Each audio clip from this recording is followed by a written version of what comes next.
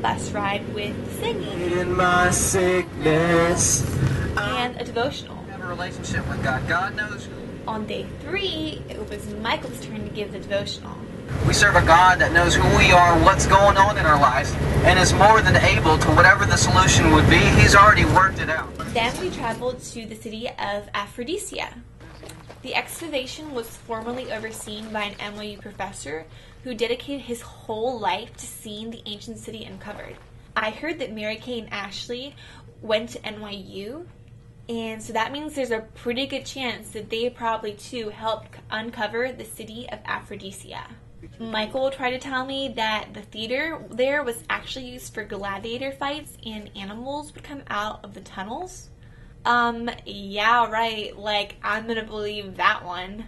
The ancient theater was actually for ninja fights, because I overheard him telling that to Nate. They even reenacted one. Yeah, you didn't fool me this time, Michael. We had a really good time chilling in the baths, eating fresh pomegranate, posing with the statues, and imitating the gods. Then we came across a very, very, very large arena where they used to hold Olympic-type games. Our tour guide Magic said that it was the length of 2 soccer fields and was connected to the fortified wall of the city. They would store weapons here if they were attacked. The stadium was so big that I'm pretty sure all of Tim Tebow's fans would have fit in it.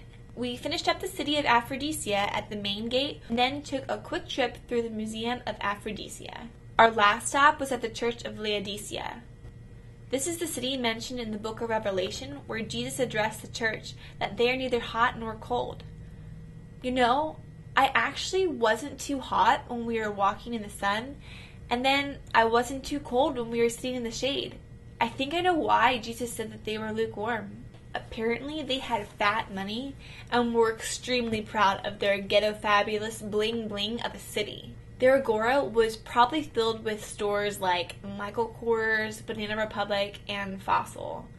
I mean, you name it, they probably had it. They wouldn't even allow the Romans to help fund the rebuilding of the city when a natural disaster hit them because they wanted to prove their financial status. Dr. Watson sat down with us in the Laodicea Theater that once seated 7,000 people. He shared a brief culture lesson about the Laodiceans and their relevance to the Bible.